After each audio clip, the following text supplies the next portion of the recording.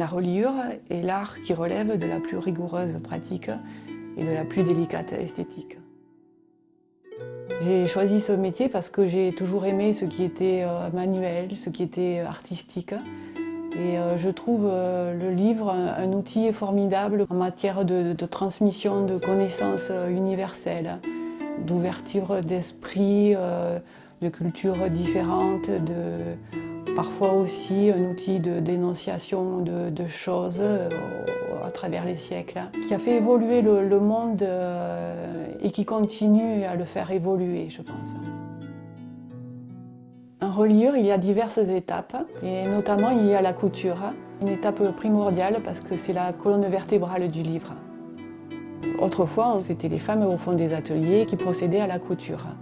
Ça se fait qu'avec des outils traditionnels, sur un cousoir en bois. Et ensuite, on n'utilise que des matériaux naturels.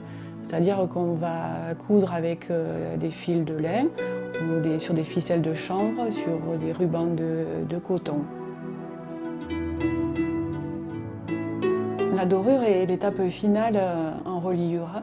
C'est l'étape la plus délicate et minutieuse. Donc ça se fait normalement à l'or véritable ou alors sans or. On appelle ça la dorure à froid. Concernant la dorure à l'or véritable, on se sert d'outils traditionnels en bronze. On appelle ces outils des fers. Ce sont des palettes, des fleurons. Il y a différents motifs. Ces motifs varient en fonction des époques. La dorure à froid, malgré son nom, se fait quand même en chauffant les fers, mais on n'utilise pas l'or, notamment à une certaine période du Moyen-Âge. Le noir de fumée s'est fait aussi, notamment au Moyen-Âge, pour des questions d'économie. On faisait chauffer le fer à la flamme d'une bougie, et c'était la fumée qui se dégageait de cette flamme qui noircissait le fer. La restauration, c'est un voyage dans le temps. On peut avoir dans les mains des ouvrages qui ont traversé les siècles, et notre but, c'est de les faire traverser dans les siècles à venir. Je peux être amenée à restaurer des livres anciens du Moyen-Âge, des livres religieux, comme des antiphonaires, des livres manuscrits de messe, ou ça peut être des bandes dessinées anciennes.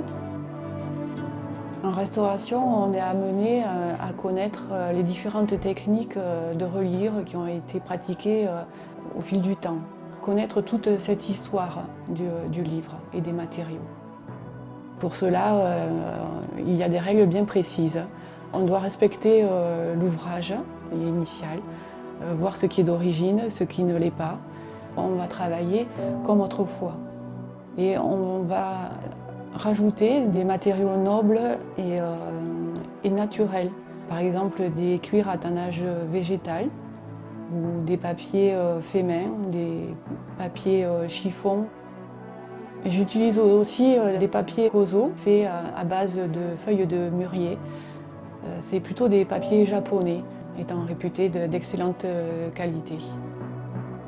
Quand je me retrouve avec un livre à restaurer, j'ai toujours l'envie de savoir d'où il vient et qu'est-ce qu'il me raconte, comment il est passé de génération en génération dans les mains de diverses personnes et découvrir les matériaux qui ont été employés et la technique qui a été employée en fonction de l'époque où il a été fait. J'ai eu la chance d'avoir à restaurer un codex éthiopien, un manuscrit sur parchemin qui a été daté du IXe siècle. Alors, ce codex éthiopien, c'est aussi la plus ancienne Bible qui existe au monde. C'est un ouvrage extraordinaire. Les écritures étaient en guèze, c'est une ancienne écriture éthiopienne.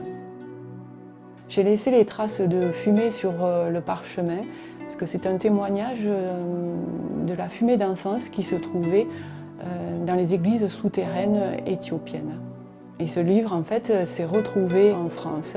C'était une veuve d'amiral qui l'avait ramené et elle l'avait acheté sur un marché à Djibouti. Comme quoi, les livres traverse les siècles et traverse les continents. Ça a été une grande fierté d'avoir restauré cet ouvrage. Et ça a été un chemin fabuleux aussi pour retrouver toute cette histoire de ce livre. Entre deux restaurations ou entre deux reliures, je m'évade dans la création. Ces créations vont du livre d'or à l'album photo, au carnet de voyage, au cahier d'écriture, aux boîtes à trésors. Là, un peu tout est permis et j'ai mon esprit créatif qui se libère. Et j'aime bien employer des matériaux naturels, des matériaux originaux, comme la feuille de pierre, la feuille de bois véritable, des cuirs exotiques, des papiers faits main. J'arrive toujours à trouver l'ouvrage pour y employer ces matériaux que j'ai aimés et ça m'inspire à chaque fois une création. Ce que j'aime dans la reliure, c'est que je voyage dans le temps et je voyage à travers les continents. C'est un langage universel. Et j'espère que tous les livres qui seront passés dans mes mains perdureront aussi dans les siècles. C'est mon but et c'est le but de notre métier. C'est un métier passion, c'est un métier de patience, c'est un métier de valeur, de transmission d'un savoir-faire millénaire pour que ces ouvrages puissent continuer à vivre dans le temps et à véhiculer cette connaissance universelle.